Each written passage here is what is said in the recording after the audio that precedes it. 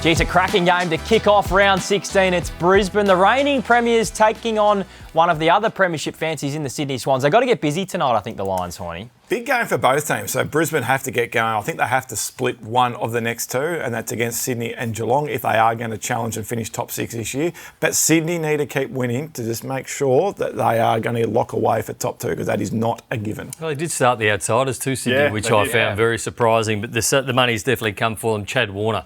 So I think Isaac Heaney gets a little bit of attention, maybe from Dunkley's. Chad Warner, let's have a look at his centre bounce attendances. So from round 7 to 11, only 44%. The last 3 weeks, 72%. And he's had some big numbers, over 30 on one of those occasions as well. So I'm happy to back him. I'm going to start at 25. I'm going to take him at 26 and 27, Chad Warner. If you like something a little bit smaller around the $2 market, you probably dropped out at 23s, 24s, but I think he's the man most likely. Nick Blakey for you. Going to take him on, the Lizard, hopefully a slow Lizard this evening against the Lions, because I just think they're going to put time into him. They understand how important he is. Teams are starting to cotton on to the fact that if you let him run and gun, get ones and twos, he's very hard to beat. He's actually only cleared 25.5, 6 out of 14 times this year. The fact is, when he's cleared it, he's gone 30, 35 and even 39 on one occasion. So happy to play the odds and take the unders. Yeah, I've backed Sydney head-to-head. That's up there on the Sportsbet feed, and I think the 1 to 39 is a good way to go about it. Errol Goulden back into the side. What can we expect, do you think, first up? I can't back him first up. I'm going to wait to see where he plays, because they could put him out on a wing. Hopefully it's inside, but I'm going to wait to see where Errol Goulden plays and how he is. Yeah, great to see him back. He's such a star. He's a superstar. He is rare. He could actually set it alight tonight, just given that he can come back straight away. Let's hope he does set it alight tonight. Should be a cracker. Thursday night footy. Here we go for another big edition of In the Back Pocket. Can you believe it's round 16? Time has flown. Two-time All-Australian Nathan Browny's here. Champion darters Daniel Hoyne and Joshy Jenkins, who's got 22.7 thousand followers on the Sportsbet feed. You're only 668 million behind Ronaldo with his Instagram following, JJ. So a bit of work to do still. Yeah, I'm going to have to find some winners, because he kicked a couple of goals. A brace, they call it in the World Cup. I'm learning quickly, Hoyney. But I thought it was going to be a tough week to find a winner last week, and it wasn't too bad. So it just goes to show you have a view about a round of footy, and it's not always accurate. So this week feels a bit better. Hopefully that is true. 12 weeks in a row, my best bet got up. 12 in a row until Brent Daniels didn't turn up. He did not turn up. I thought you were going to blame me for coming with you on it. Yes, I'm going to blame you too. So anytime you jump on my bets, it doesn't get up. But good old Brent Daniels let us down. He did. Well, I might jump on this bet, because there's been a little bit of news over the last 24 hours. There might be some change at Channel 9 with the Today Show with Carl Stefanovic. So you have been inserted, Nathan Brown, as a $46 chance to take the reins. But there are a few others that are shorter in the market. Your co-host on the Sunday Footy Show, Tony Jones, is there at $31. Oh. They've even inserted Kano at $41. I thought you would have been a little bit shorter than Kane in the market. He's pretty expensive, isn't he? Years ago, I went to Sydney and did the Weekend Today Show, the sport hosting, and one day, remember the great Aussie captain Mile Jednak? I went with Miles Jednak. That was the last time I was on there. I thought it might have been because of this a few weeks ago on the show. I'll tell you what, I was excited when I saw this during the week. The Logies markets came out. Who's going to host the Logies? Now, I'm hosting this today. Now, I'm hosting the Sunday Footy Show because Tony's away this Sunday. And then in a couple of weeks, Eddie Maguire's away. I'm hosting Footy Classified as well. So you might like to get on now, because I reckon that's going to come in. All right, let's have a look at our best bets from last week. And it was a clean sweep. Yeah, worth every bit of the $46, I think. Very happy off the back of that. Yeah. Yep. Anyway, speaking of best bets, you mentioned Brent Daniels was unfortunately not able to get the job done for you last week. Keziah Pickett, he didn't even bother really turning up. I know he was there physically, but not in spirit, JJ. Let's look after the boys. It's a hard job out there. So Brent Daniels and Cozzy. Yes, I'm allowed to be hard on him. He had 33 the week before when I was on. You've got to pick your spots to take on the great Keziah Pickett. So fortunate that one got the job done, but you're only as good as your next one, boys. That's right. So Isaac Rankin for me this week. Isaac Rankin in the showdown. So Berry lost a fair few of his CBAs last week. 72% CBAs for Isaac Rankin and 22 plus. He had 28 and 32 before he got injured. He had 22 last week in his game back. I just feel like he plays more midfield time this week. $2.19. I'm happy. No, I think it's a great bet. I'm with you on that one as well. I think it's fantastic. It's not your best, is it? It was close to my best. It was close to mine as well, Yeah. but we've got a hard deadline these days, so I stayed out, but I like it a lot. Yeah, my best is I'm going to the Fremantle Gold Coast game.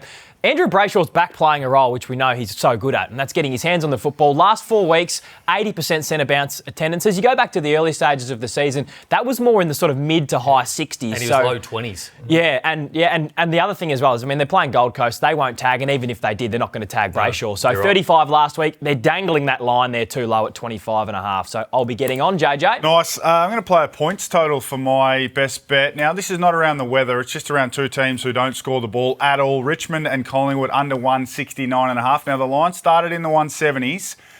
If it gets to 166.5, that's when I'll bail, right? There's a tipping point here because we haven't got weather on our side. Richmond averaged 66 per game across their last 5. Can't score. Very inaccurate team.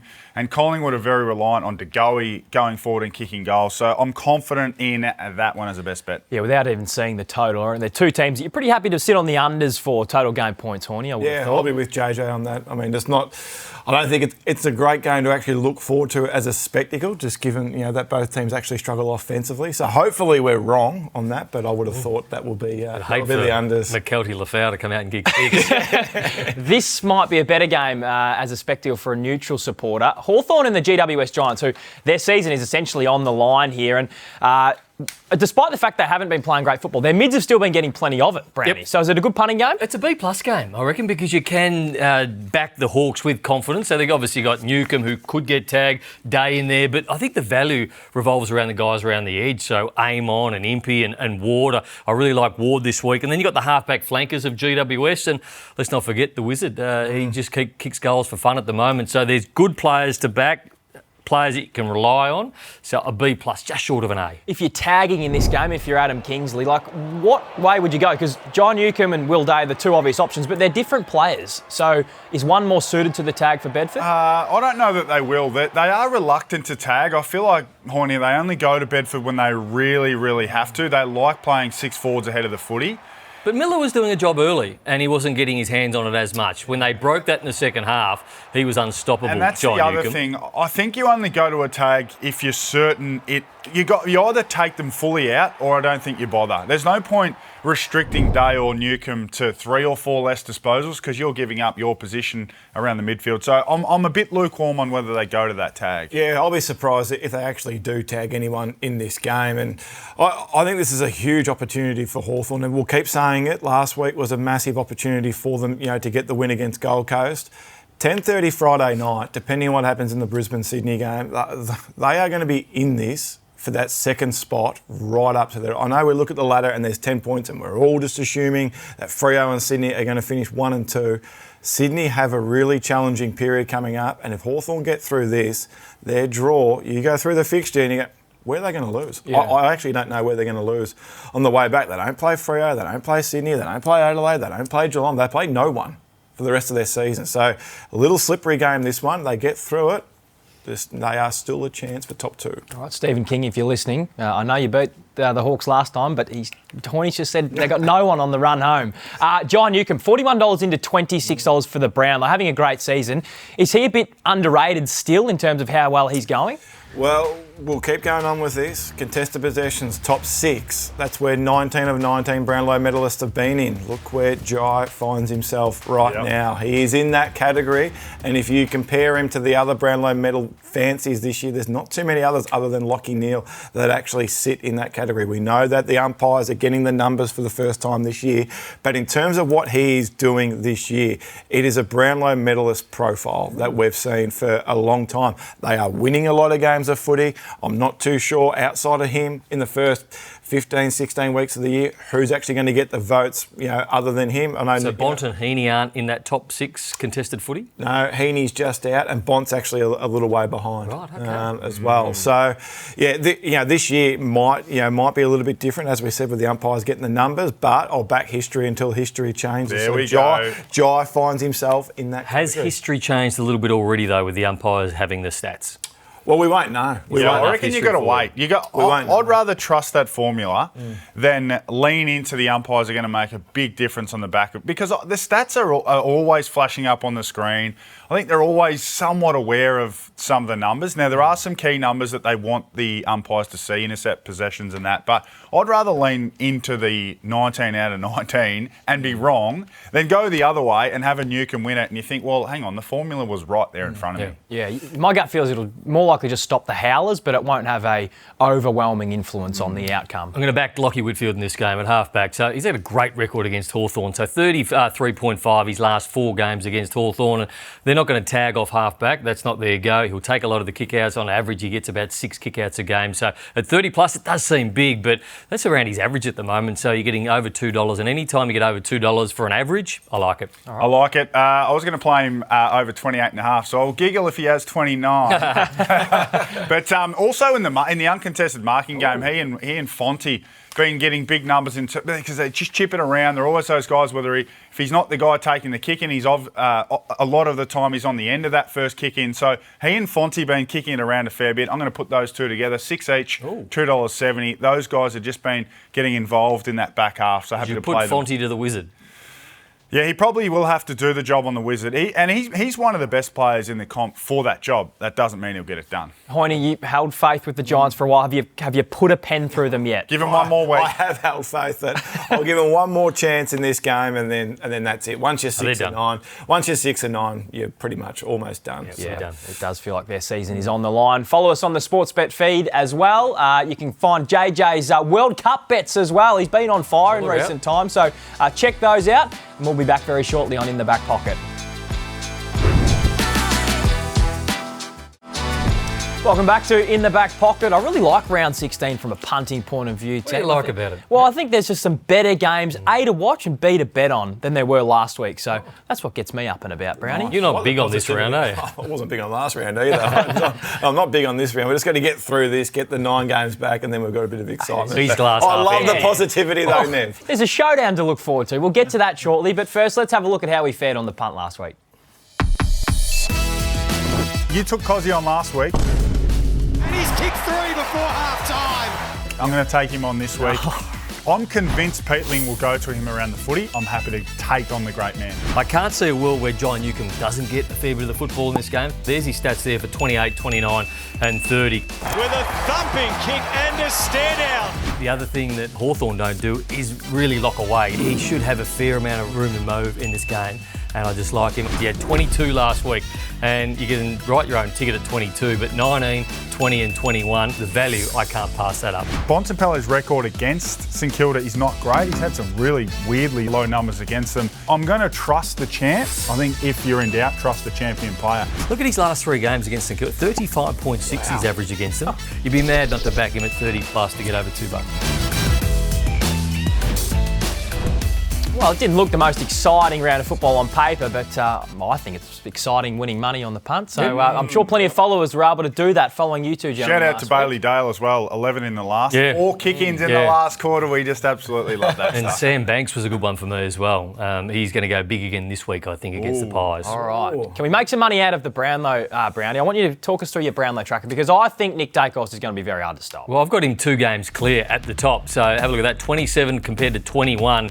Isaac Heaney didn't play last week, obviously. But Marcus Bontempelli got 3 against the Saints. Bailey Smith's on an extended holiday at the moment, so his odds have dropped. They give him a fair bit of time off. Lachie Neale, Dawson, Holmes, Nazai Wanganeen Miller. Now, if I was the umpire in this game, I wouldn't have given him a vote, even though he had 44 touches. But I believe they would have looked at the stats and given him the 2 votes. And just outside that, you can't see at the moment, but Luke Jackson, back-to-back 3 games, back-to-back 3-vote games is coming. He's just outside that top 10. Yeah, Ruckman just haven't quite polled in recent times, even as great as Max Gawn has been. He's not been a big poller, but he's Dacos 41, you had to give him 3. I think you can still back him right now, Nick Dacos. I think he'll be awfully hard to beat. Injury is the only thing that'll get him beaten, in my opinion.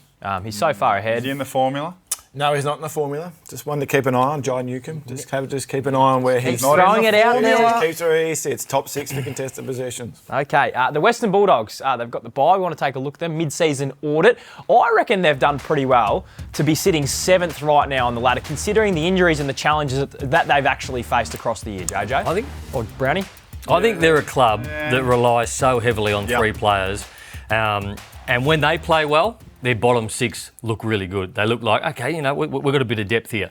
When those three players, and I speak of Bontempelli, Richards and also English, when they don't play well, their bottom six look like they are VFL players in the reserves of the VFL. That might be harsh, but I feel like they drop away if the best players do not play well, and more than any other side in the top 10. So when you look at all the other sides, I think they bat a little bit deeper than the Western Bulldogs. I'm with you on that. I think that's the issue. The top end is no problem. We know about the Stars, but I thought guys like Butterick might have been able to just raise up that bottom end, but he's missed some footy and some of those guys just haven't quite come on. Fraser hasn't had a great season. Probably thought he was really going to go from a B to an A type midfielder. From a betting perspective... I'll ask you, has Joel Fraser dropped into that bottom six again, where he was for a couple of seasons? He's in the bottom half. He's played some... I mean, against Adelaide earlier this year, he was the best player on the ground. He just isn't consistent. His role's not that consistent either, so give him an out there. Bontempelli, most punted on player, 20 plus. He's done that 12 out of 15, and 1+ goals. He's done that 13 out of 15. So back the chant with confidence. Yeah, having another excellent season. What do you reckon, Hoyne?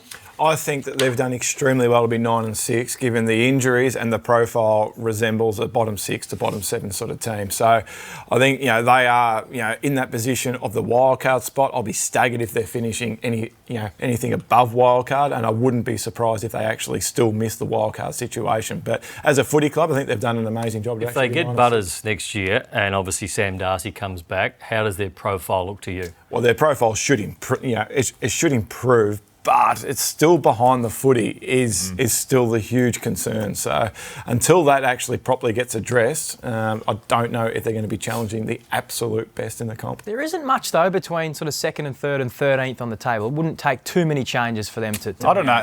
How many years are they going to finish 9th, 10th, 11th, 8th before they do make a drastic change and address the issues that they have?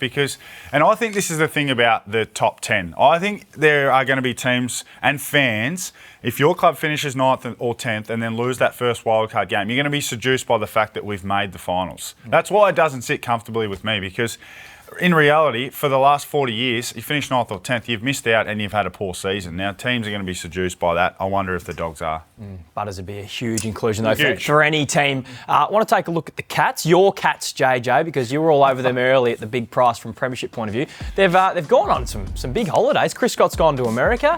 Where was the furthest you two gentlemen went on holidays in a bye? Couldn't get back to Victoria when we had a bye, and Don Pike was running the show in Adelaide. Unbelievable stuff. Didn't go away. No, we always stayed in and did extra hands Times and whatnot.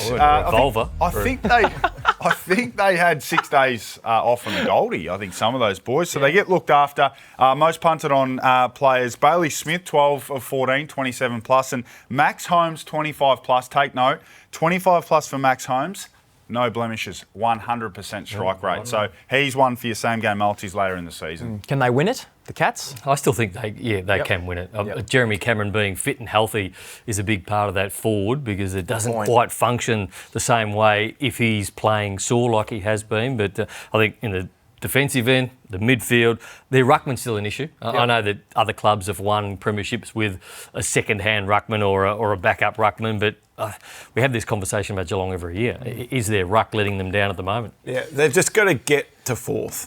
If they get to 4th, they are in this up to their eyeballs. Their draw resembles a difficulty like Brisbane last year. So Sydney have had a really nice draw. Freo have had a nice draw. Hawthorn have a nice draw on the way back. Geelong don't have it. They don't have an easy draw at all this year. They've played Freo twice already, Adelaide twice, Hawthorn, Sydney, Brisbane twice, all they. So if they get to 4th, you know that they've earned it, and they are going to be every chance to cause a bit of damage come September. Whether or not they get to 4th or not, who knows? Still $9.50 in Premiership betting, the Cats. So one to certainly watch over the last couple of months of the season. Carlton take on West Coast. They've won 5 in a row under Josh Fraser. I know this is a betting show, but just quickly, he's got to be a chance of getting the gig, doesn't he? Well, if they go 7 and zip. He doesn't want it. Of course he wants it. That's it. Of course you don't believe him. Why would you be a coach if you don't want it? He's playing hard to get. He's playing the party line. Yeah, he wants it. But he's doing a good job. He's transformed the way they play the game. I mean, I think from a person... The advantage he's had against Michael Voss was, these are the numbers, Michael Voss was coaching for his life, and Josh Fraser and the other coaches now have the ability to pick a team for the future. So that's what's really been able to transform the way they've played, Hoyney. But these numbers are unbelievable. can't remember a flip in an offensive profile within a season like that. They were on track to be one of the worst teams that we've seen on record at punishing the opposition on turnover. Now, since he's come in, only Freo are doing that better than Carlton. 23 scores off the back of GWS's turnovers last week. A Carlton footy team hasn't done that for 10 years. And this guy's playing forward of the ball too. I like it. So it is very easy, as we know, when we play footy, to get a ball in the back half of the ground, but he is starting to get it forward half of the ground, maximum damage, and that's what you mean by offensive weapons. Yeah, absolutely. And I'm going to back Sam Walsh to kick 1+ this week against West Coast. You can see him lining up and going bang there against the Giants. He's generated 9 scoring shots from his last 5 games against West Coast. So being a team, he's been able to get downhill and generate an opportunity. So we'll need accuracy, but 285 is a good price. And Francis Seven's the other one. Kicked 9 goals from his last 3 games last season. Got back on the scoreboard last week. I'm just anticipating this is a game that Carlton, with that new offensive profile, can kick 14+ goals. So guys like Evans and Walsh and some of the midfielders at a good price can hopefully hit the scoreboard. And it's a big game for the Rising Star as well. So the 3 players that we've been talking about are in this. So Smith and Dersma at $2.25 each. Harry Dean into 18. He was 21 on Monday. We spoke about him at 41 a few weeks ago, came to 34, went back to 41, 21 Monday, into 18. If he continues to have big games, he's going to very much tighten up. And Dersma up against Smith. I still think that Dean is going to be the one that comes and beats them all. But Dersma, I'm happy to back this week because his last 9 games, he's averaged 20-odd disposals, 21, just quickly, there's Shanahan's not out of it, and he's in this game as well. $81, he's a star. Dersma, Hewitt, and Blake Acres has been really important. So when you think about Carlton, when they had that run to the prelim a few years ago, really good football on the back of Blake Acres. He's back to playing that the last 3 weeks. All right, the Rising Star Cup. I'm going to back a player. Won the Rising Star years ago in Paddy Cripps, over 26.5. He's having a really good season. Off the back of criticism early on, he just keeps finding the ball. So over 26.5, happy to take that. Let's move on to Collingwood taking on Richmond. Short price favourites here, JJ, the Pies, but you want to take the unders. Yeah, I will. Richmond just struggling to score. They've got accuracy issues left, right and centre. So happy to play this down to 166.5. There's a point, even though it's best for the week, there is a number that you've got to jump off here. So 166.5 is where I'll get off. You can see the numbers there. Richmond just can't score. And Collingwood, importantly, their scoring's okay, but they restrict scoring still. Their defensive profile's still rock solid. So I'm not looking for weather to assist me here. I just think genuinely these 2 teams won't be able to kick a score. They've unearthed a new star tag, Ed Allen, and he's doing it at centre bounce as well, Hoyney. Yeah, they have, and this is something new that we haven't seen from a Craig McRae team. In his time as coach, and he's probably come from the Damien Hardwick school of we're not going to tag, and that's what we've sort of seen for 4.5 years. But now Ed Allen, as you can see there over the last 5 or 6 weeks, he is tagging and almost tagging every week, and he's taking the absolute best of the best. So whether or not that's Tim Taranto or someone like that this week, you feel like it's probably only really Tim Taranto this week that he might go to from Richmond perspective. But it's just something just to keep an eye on now when you're looking at Collingwood and their upcoming opponents. Would you bother tagging Taranto? I wouldn't. Nah. I would continue with it for Allen's development. Right. It's less about Taranto. I'd even consider him doing it to one of their halfbacks, maybe not Banks, but one of those guys who plays just to develop it for from Collingwood's perspective. It's less about the opposition. We did forecast it last week on the show because it's important if Allen's going to tag. Now there's taggers who tag from outside the square, taggers who tag from inside the square. He goes inside the square, which means one of the mids has got to spit out. So it's important. Penrose didn't play in that game. Is he the one that spits out? Is De Goey the one that spits out? Because that's going to impact them getting the footy as well. All right, it's I'd say game of the round, the Showdown nearly every year, and this week is no different. For all of the good work that they've done, Port Adelaide, they just haven't been able to win these close games. And Adelaide are building nicely into the season. They got the job done against the Demons. I love their last quarter last week as well. And they're getting key players back at the right stage of the season, Hoyney. They are. They're building. They've won 6 of 7. Defensively, they are brilliant. But these key forwards ahead of the footy, they, at some stage, they are going to have to get going if they are to challenge Freo, Hawthorn, Geelong and Sydney this year. So you'd leave one out? That's what's... Well, I wouldn't leave one out. Not at the moment, but... Tilthorpe, Walker and Fogarty to be a top 10 rated player on the ground once as all 3 of them in a 10-game period. You now come up against Port, and we know that Port Adelaide have been strong defensively this year and they have been amazingly competitive, but they've lost some individuals now behind the footy. they have to get going offensively, as I said, if they're going to challenge the best and to be a legitimate, premiership chance this year. I think the wheels fall off Port Adelaide. I was at the MCG when they lost 3 players in a quarter. Radical, that injury was bad. They didn't kick a goal after that moment in the game. So they really struggled. The coach just goes out. So one less big body to defend those forwards. So I'm going to back all 3 of those forwards to go and hit the scoreboard. So Thilthorpe for 3 and the other 2, Walker and Fogarty, for 2 each, because there's an opportunity. And the fact that they haven't been top 10 rated players, I think it's less about the individuals. They haven't forgotten how to play. It's the offensive system that I think can get an opportunity to find its groove in this game. So it wouldn't surprise me if this is a blowout showdown. My best bet of the round is Isaac Rankin this weekend. So come back in. He had 28 and 32 before he got injured, 22 last week, 72% CBAs. They want him to play as a midfield. They said he is now a midfielder, so he's not a forward. So 22 plus, 23 plus, 24 plus. There you go. I'm going to back him at all those and be very happy come Saturday night. I'm in total agreement. This is the game I'm getting the most involved in. Rankin with the overs there on disposals. Jordan Dawson, I think, who can bounce back off a low disposal game last week against the D's. And I'm with you with the forwards for Adelaide. Taylor Walker was getting plenty of looks last week. He just blazed a couple of times. I could see him having a big game as well. 2+ goals for the Crows. How's this Streakers segment going? Let's have a look how we went last week. This week, I think the Kangas will do enough to beat Richmond. Not a lot of confidence, but that's the way I'm playing the Streakers. I've got to find a team head-to-head each week.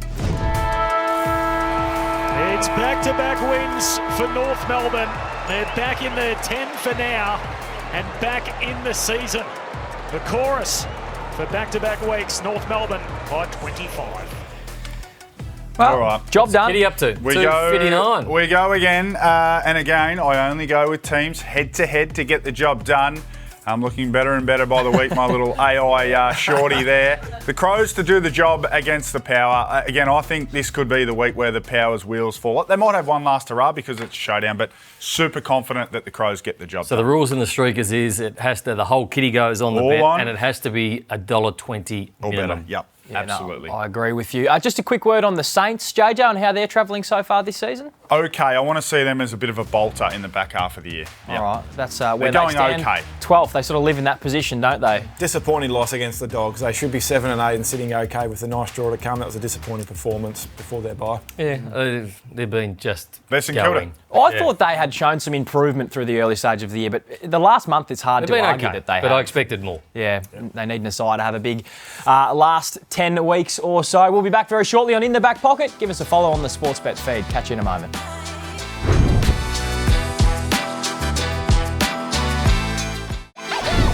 Welcome back to In the Back Pocket, around 16. A couple of games we want to take a look at on a Sunday, and it's North Melbourne taking on Essendon. I thought they represent just a little bit of value here, the Bombers. They have trimmed up slightly, but I could argue they should be closer to $2.50. I don't trust North Melbourne at all fully yet, and they're due a win under their new leadership, surely. You've got a good record with this too. The kiss of death. It's been going well. The ROI has been pretty strong, I reckon, across the year. So, yeah, I'm going to have a little nibble head-to-head here. What have you made of them under Dean Solomon? Not a lot different to what they were beforehand. So I'm still surprised they put Solly in if they want him to be the coach. It's a hiding to nothing towards the end of the season. So it's a hard one. I haven't seen any improvement yet, but I have seen a few positional changes like Setterfield coming back in, things like that. Zach Merritt out of the midfield for a little bit. But it's Essendon at the moment. I don't think we care. Yeah. Well, Zach Merritt is often he's a big focus on our show, isn't he? Because he does rack up a lot of the pill. And he's a new sort of position now. Yeah, which I think's good because Finn O'Sullivan locked him away last time these two teams played. But I don't think you need to fear that because he's gone to half back. Archie Roberts is not there either. So Merritt, I'm going to back him with some confidence, probably play him up to 30, 32 disposals as well. He'll take some kick-ins. He'll get plenty of... They still kick it around sideways. They haven't changed their offensive system in that regard. So I'm confidently going to back Zach Merritt in this one, not worried about any type of tag. Well, the man that's gone in there, I mentioned, is Will Setterfield. His numbers have been outrageous since he's come back in. He just finds it. He's just... You don't really notice him that much, but he's a contested beast and he just finds the football. He's one of those players that finds the football easily. And I'm happy to back him again because the traders are giving us a good price. The algorithms, I say, Hoyney, they haven't caught up. So 28 plus for this man this week.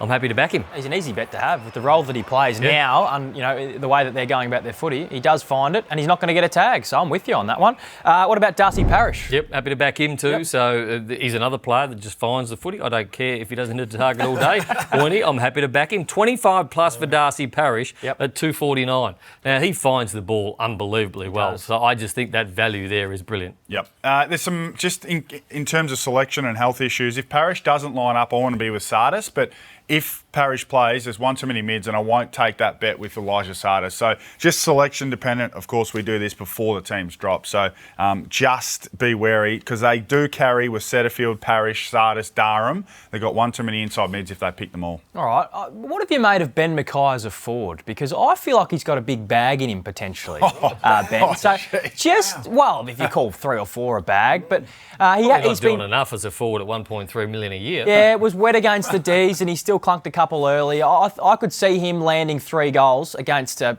pretty ordinary defence, especially if they persist with him as a forward. So I've got him up there on the feed 4+ at around $10, and with the 6+ marks as well. Has he ever kicked 2 in a game before? That's a question without notice, but I doubt, will he ever? I'd be surprised if he had. Well, he's only been playing forward for a month. You're brave. In the plugger, eh?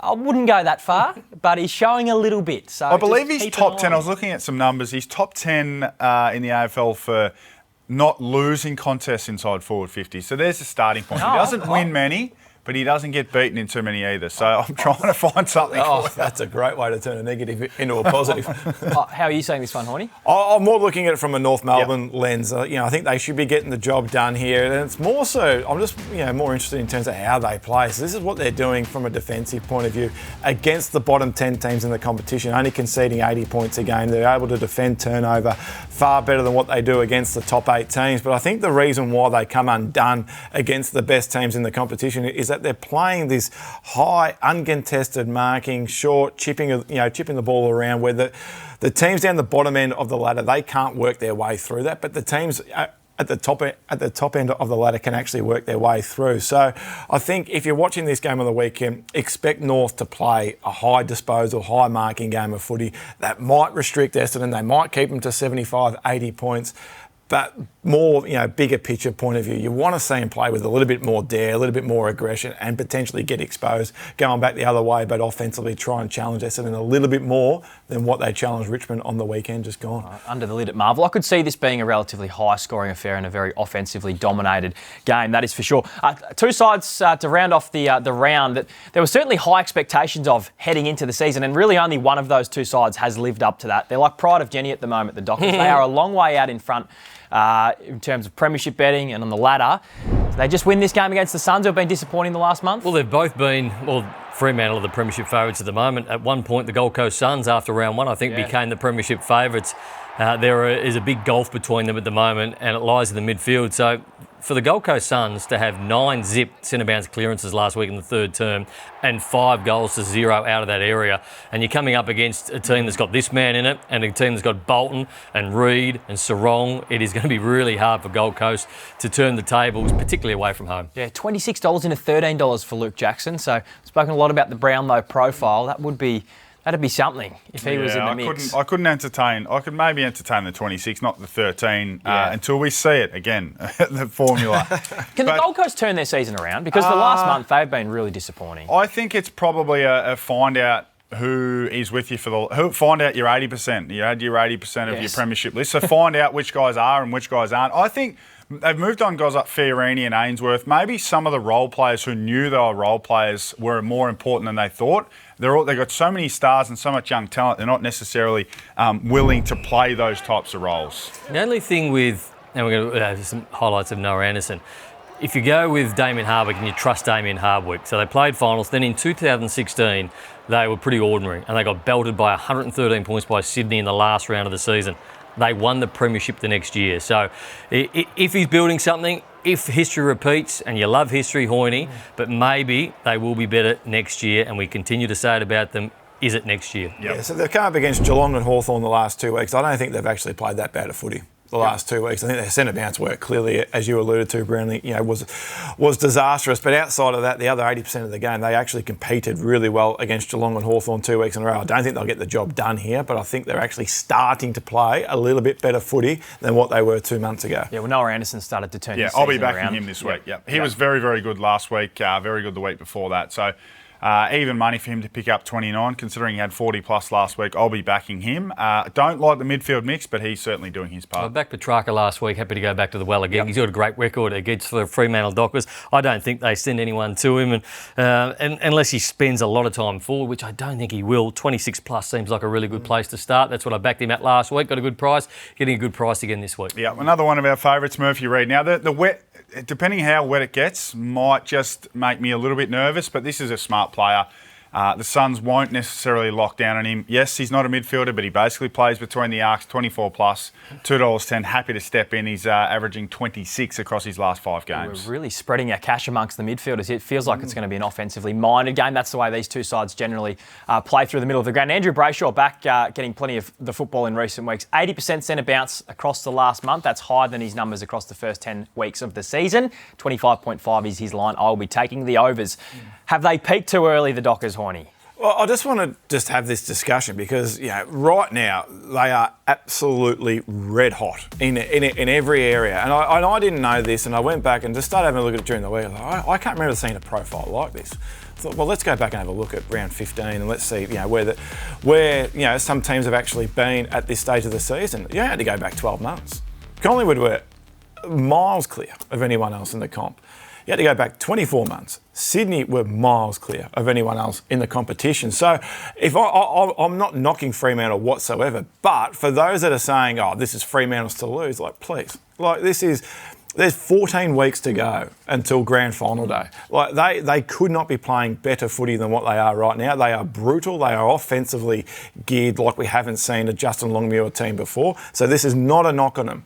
But the whole competition will be going to work, and all it takes is for a team here or there to pick up a couple of little things, like we saw with Collingwood last year, like we saw with Sydney, like we saw with Melbourne in 2022 as well. So that's 3 of the last 4 years someone's been like this at this stage of the year and hasn't gone on to win it. So just cool the jets a little bit. There's still a long way to go in this season. They've got health on their side. Only one player on the injury list, and having your best players available goes a long way to helping you. So they can start resting players too. That's going to be important. Yeah, and they can afford to because they're pretty much sewn up a top 2 position, and that's going to hold them in great stead because they go bang and they're in a grand final. So you can understand why they're as short as they are in the market, but you're just saying that there's a few other teams out there that are capable of knocking them off. Absolutely there are, and capable of knocking them off over there too. Yep. All right, it's going to be intriguing to see whether or not they can lift the cup for the first time in 2026. We'll be back in round 17 for another In the Back Pocket. Imagine what you could be buying instead. For free and confidential support, call the number on the screen or visit the website.